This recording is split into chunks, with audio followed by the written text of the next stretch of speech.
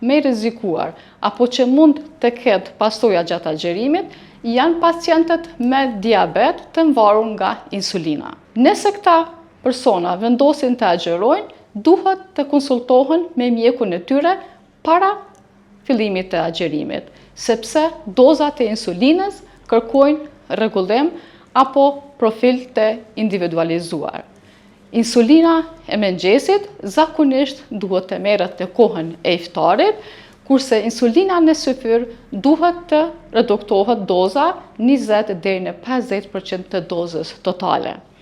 Tjetër çka është e rëndësishme të grupi i pacientëve me diabet është të bëhet matje të rregullta të glikemisë para syfyrit, 2 deri në 3 orë pas iftarit.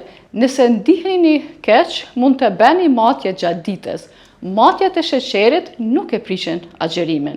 Pra, ju duhet të keni afër një glikometër, një aparat për matjen e sheqerit dhe sheqer të gatshëm në raste emergjenta.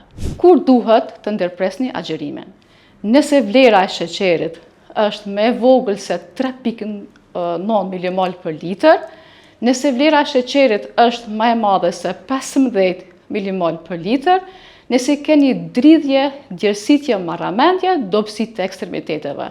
Në këto raste rekomandohet ndërprerja e agjerimit përmes marrjes deri tek pasojat më të rënda.